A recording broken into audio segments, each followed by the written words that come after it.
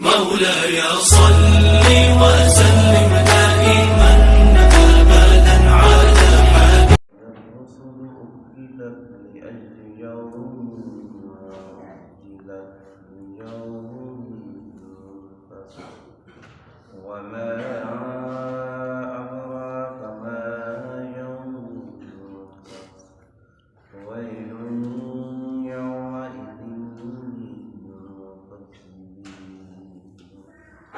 أعوذ بالله صدق الله العظيم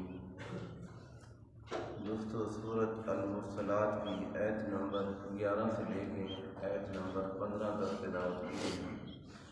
دعا ہے اللہ رب العزت ہم سب کو قرآن مقدس پڑھنے سمجھنے اور اس پہ عمل کرنے کی توفیق عطا فرمائے۔ جتنے بھی دوست باب اس درس قرآن میں شریک ہیں، اللہ رب العزت کی بارگاہ میں دعا ہے ہم سب کے لیے، خصوصاً ہمارے والدین کے لیے، ہمارے اساتذہ کے لیے، حضور کی ساری امت کے لیے اسے بخشش اور مغفرت کا ذریعہ بنائے۔ آیت نمبر 11 کے اندر اللہ رب العزت نے اس بات کا ذکر فرمایا کہ جب رسولوں کو اکٹھا کیا جائے گا، وَإِذَا الرُّسُلُ أُقِّتَتْ، یہ جو اُقِّتَتْ ہے یہ ایک وقت ہے، وقت مقرر پر اللہ پاک تمام رسولوں کو اکٹھا فرما دے گا۔ فرمایا یہ اپنی اپنی امتوں کی ایک تو گواہی دیں گے، دوسرے یہ کہ اپنی امت کے لیے ان کی جو گواہی ہوگی کہ ہم نے اے اللہ تیرا پیغام پہنچایا تھا، انہوں نے اس کے اوپر عمل نہیں کیا، ہماری بات کو نہیں مانا۔ تو فرمایا اب دیکھیے حضرت آدم علیہ السلام اپنی امت کے لیے، حضرت نوح اپنی امت کے لیے، حضرت ابراہیم اپنی امت کے لیے، ذرا اندازہ لگائیں کہ آپ کے لیے کون آ رہا ہے، آپ کی گواہی دینے کے لیے کون تشریف لا رہے ہیں، ہم کس نبی کے امتی ہیں۔ ہمیں اللہ پاک نے سب سے بلند مرتبہ مقام عطا فرمایا ہے، وہ کسی لیے، اے لوگو، اے امت محمدی، میں نے تمہیں تمام امتوں سے اعلیٰ بنایا۔ جو آدمی اعلیٰ بنتا ہے، جو اعلیٰ عہدے پر فائز ہوتا ہے، اس کی ذمہ داری بھی اتنی ہوتی ہے۔ جس کو اللہ پاک انعام دیتا ہے تو انعام کے ملنے پر اس کو شکریہ ادا کرنا بھی اتنا بڑا ہوتا ہے۔ تو اسی لیے دوستو ہم اللہ کا شکر ادا بھی کریں اور پھر اپنی ذمہ داری کو بھی دیکھیں ہماری ذمہ داری کیا ہے۔ تو اسی لیے اللہ پاک نے فرمایا ایک بات یہ، اور دوسری بات فرمایا جب یہ رسول آئیں گے ان کی قومیں انکار کر دیں گی، کہیں گے کہ انہوں نے باری تعالیٰ تیرا پیغام نہیں پہنچایا۔ فرمایا وہ نبی حضور کی امت سے کہیں گے ہمارے تبلیغ کی اور ان کو دعوت دینے کی گواہی تم دو۔ تو فرمایا حضور کی امت اللہ کی بارگاہ میں حاضر ہو جائے گی نبی کی پاسداری کے لیے کہ اللہ تیرا نبی جو کہتا ہے یہ سچ کہتا، یہ قرآن پاک کے اندر ہے۔ فرمایا سچ کہتا ہے کہ آپ کے نبی نے یہ تیرا پیغام پہنچایا تھا۔ فرمایا وہ قوم کہے گی یا اللہ ان کا زمانہ بعد میں ہے، ہمارا زمانہ پہلے ہے، تو جو بعد میں ہے ہماری گواہی یہ کس طرح دے سکتے ہیں۔ فرمایا اس وقت حضور علیہ السلام تشریف لائیں گے، یا اللہ میں اپنی امت کی گواہی دیتا ہوں، میں نے ان کو بتایا ہے، میں نے ان کو بتایا اسی لیے یہ گواہی دے رہے ہیں۔ تو ذرا اندازہ لگائیں آپ کی گواہی کو پکا کرنے کے لیے، آپ کی گواہی کو مضبوطی دکھانے کے لیے کون آ رہے ہیں، اللہ کے محبوب آ رہے ہیں۔ تو پھر ہمیں اندازہ لگائیں کہ اللہ نے آپ کو کتنی شانیں عطا کی ہیں۔ تو فرمایا وَإِذَا الرُّسُلُ أُقِّتَتْ، اللہ کی بارگاہ میں یہ دعا بھی کرنی چاہیے، کہیں حضور یہ نہ کہہ دیں کہ یہ میرا نہیں، اس کا تعلق میرے ساتھ نہیں، تو آپ اس طرح کی کوشش کریں کہ ہم جائیں تو اللہ کے نبی کہیں یہ تو میرا امتی آ رہا ہے۔ حضور علیہ الصلوۃ والسلام سے پوچھا گیا یا رسول اللہ اتنا بڑا اجتماع ہوگا قیامت کے دن، آدم سے لے کے آپ کی امت ساری اکٹھی ہوگی، اپنی امت کو کیسے اتنے بڑے اجتماع کے اندر آپ پہچان لیں گے؟ حضور علیہ الصلوۃ والسلام نے فرمایا مجھے ایک سیکنڈ کا بھی مغالطہ نہیں لگے گا۔ فرمایا وہ کیسے؟ فرمایا میری امت کے وضو کے اعداد چمکتے ہوں گے، میری امت کے وضو کے اعداد پورے معاشر کے میدان کے اندر۔ فرمایا جو وضو آپ کرتے ہیں یہ نہ کہیں کہ ہم صرف وضو کرتے ہیں، یہ آپ کو کسی اور میدان کے لیے تیاری کروا رہے ہیں۔ تو فرمایا یہ وضو کے اعضاء ہاتھ بھی چمکتے ہوں گے، چہرے بھی چمکتے ہوں گے، پاؤں بھی چمکتے ہوں گے۔ تو ذرا اس چمک کی خیال تو کرنا چاہیے کہ جس چمک کو ہم نے اللہ کی بارگاہ میں لے کر جانا ہے تو ہمیں کم از کم 5 وقت کی نماز خود بھی پڑھنی چاہیے اور گھر والوں کو بھی نماز کا پابند کرنا چاہیے۔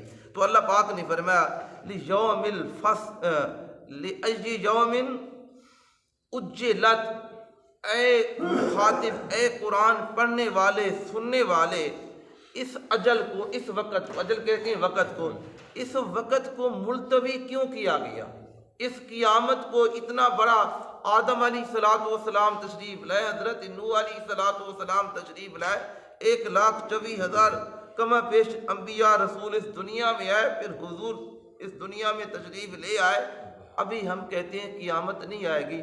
تو فرمایا یہ قیامت کو اسی لیے ہم نے روک رکھا ہے لیوم الفصل، فرمایا فیصلے کے دن کے لیے۔ وہ ایک فیصلے کا دن ہے جو قیامت، انہی صورتوں میں سے جن صورتوں کے حضور علیہ الصلوۃ والسلام نے فرمایا ان صورتوں کے پڑھنے سے میں بوڑھا ہو چکا ہوں، مجھے ان صورتوں نے بوڑھا کر دیا ہے، انہی میں سے یہ صورت المرسلات بھی ہے۔ تو آپ اندازہ لگائیں کیا حضور علیہ الصلوۃ والسلام کے لیے تو اللہ نے جنت کو سجایا ہے اور آپ کے لیے یہ کائنات کو بنایا، کیا اللہ کے نبی اپنی فکر کے لیے معاذ اللہ؟ نہیں، دوسروں کی فکر کے لیے، اپنی امت کی فکر کے لیے۔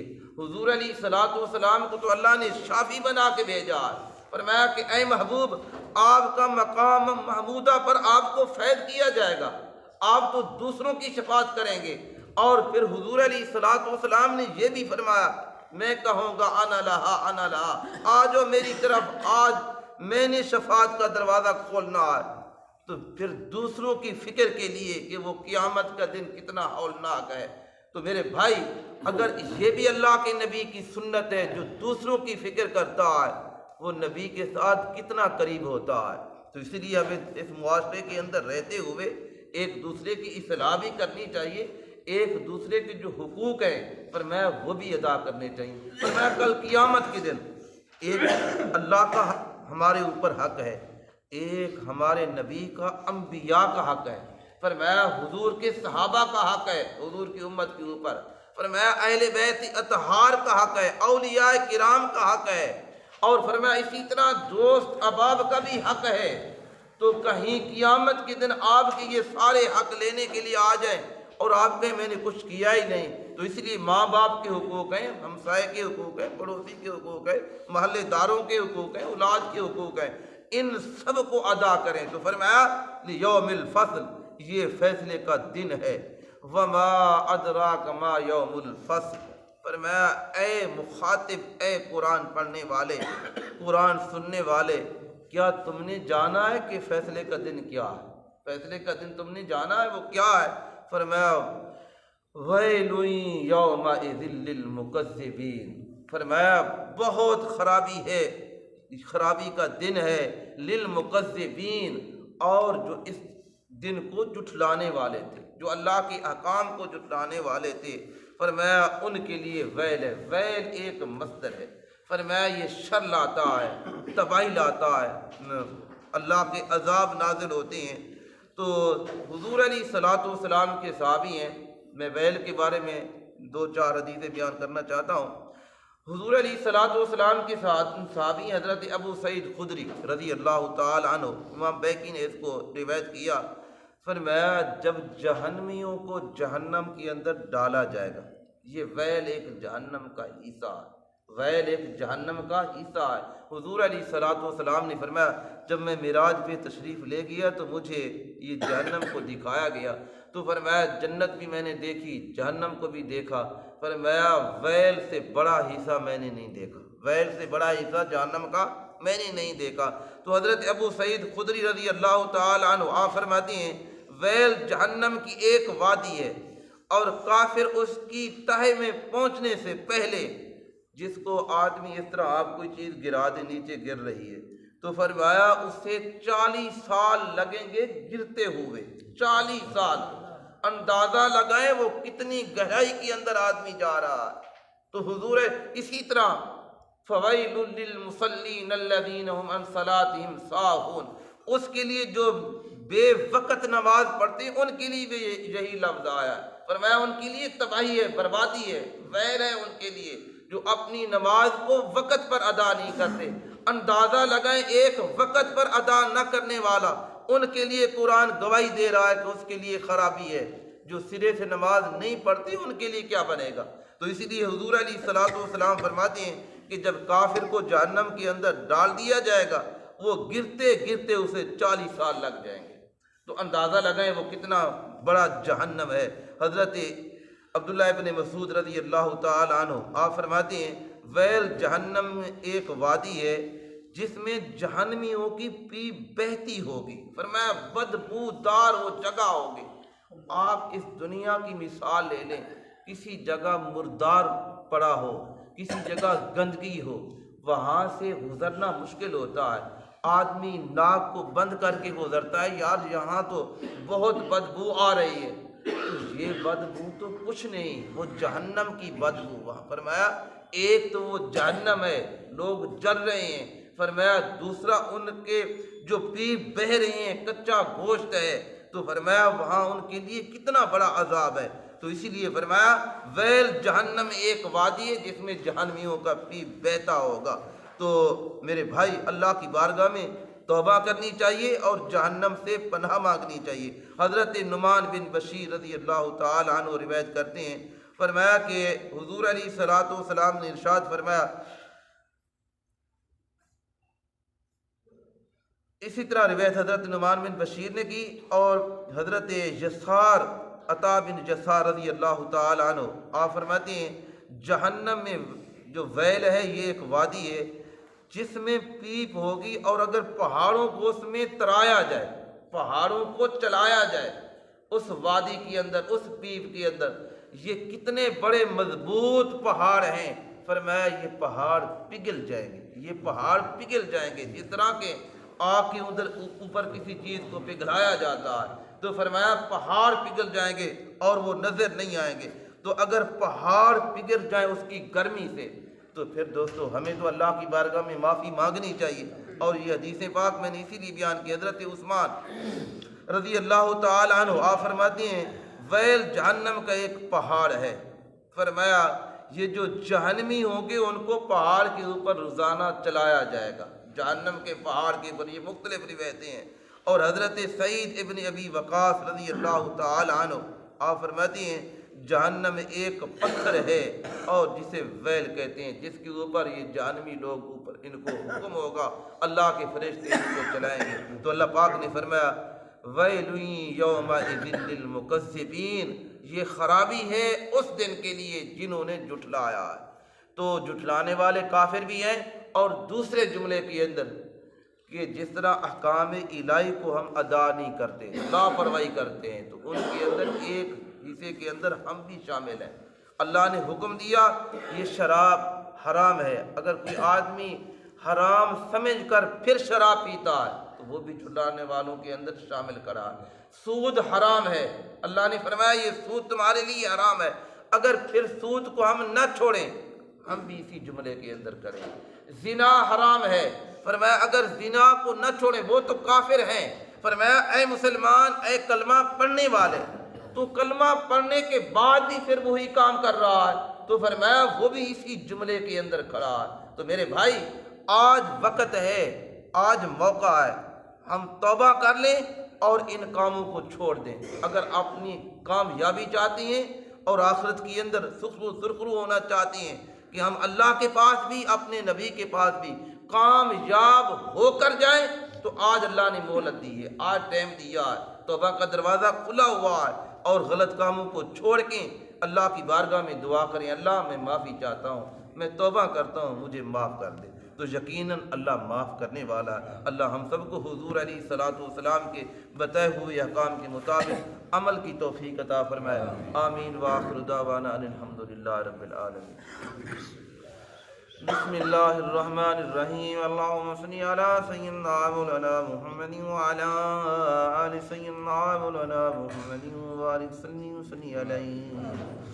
الحمدللہ رب العالمین الرحمن الرحیم مالک یوم الدین ایاک نعبد وایاک نستعین۔ اللهم أنت السلام ومنك السلام وإليك يرجع السلام، حينا ربنا بالسلام وادخلنا دار السلام، تباركت ربنا وتعاليت يا ذا الجلال والإكرام۔ یا اللہ ہم سب کے صغیرہ کبیرہ گناہ معاف فرما، یا اللہ ہماری خطاؤں کو معاف فرما، یا اللہ بے نمازیوں کو نمازی بنا، یا اللہ جتنے لوگ بیمار ہیں یا اللہ کریم انہیں صحت عطا فرما، یا اللہ جتنے لوگ پریشان حال ہیں یا اللہ ان کی پریشانیوں کو دور فرما، یا اللہ مسلمانوں کی اندر اتفاق پیدا فرما، یا اللہ بے ہدایتوں کو ہدایت فرما، یا اللہ بے اولادوں کو اولاد نرینہ عطا فرما، یا اللہ جن کی اولادیں ہیں یا اللہ ان کی اولادوں کو نیک بنا، یا اللہ ان کی اولادوں کو اپنے والدین کی خدمت کرنے کی توفیق عطا فرما، یا اللہ جن تیرے بندوں کے والدین اس دنیا فانی سے جا چکے ہیں یا اللہ کریم ان کے والدین کی بخشش فرما، یا اللہ انہیں جنت الفردوس میں اعلیٰ مقام عطا فرما، یا اللہ جتنے تیرے بندے یا اللہ اس یا اللہ اس درس قرآن کے اندر شریک ہیں یا اللہ سب کا آنا سب کا بیٹھنا سننا اپنی بارگاہ میں قبول و منظور فرما، یا اللہ اس درس قرآن کو ہم سب کی یا اللہ نجات کا ذریعہ بنا، یا اللہ جہنم کی عذاب سے جہنم کی وحشت سے یا اللہ جہنم کے اس عذاب سے ہم سب کی حفاظت فرما، یا اللہ حضور علیہ الصلوۃ والسلام کی غلامی کے اندر ہم سب کو اپنی زندگی گزارنے کی توفیق عطا فرما، یا اللہ کریم عزت کی زندگی عطا فرما، عزت کی ایمان کی موت عطا فرما، یا اللہ ہم سب کا خاتمہ بالایمان فرما۔ ربنا آتنا فی الدنیا حسنة وفی الآخرة حسنة وقنا عذاب النار وقنا عذاب القبر وقنا عذاب الحشر وقنا عذاب الميزان، وصلی اللہ تعالی علی خیر خلقہ محمد وعلی آلہ وصحبہ۔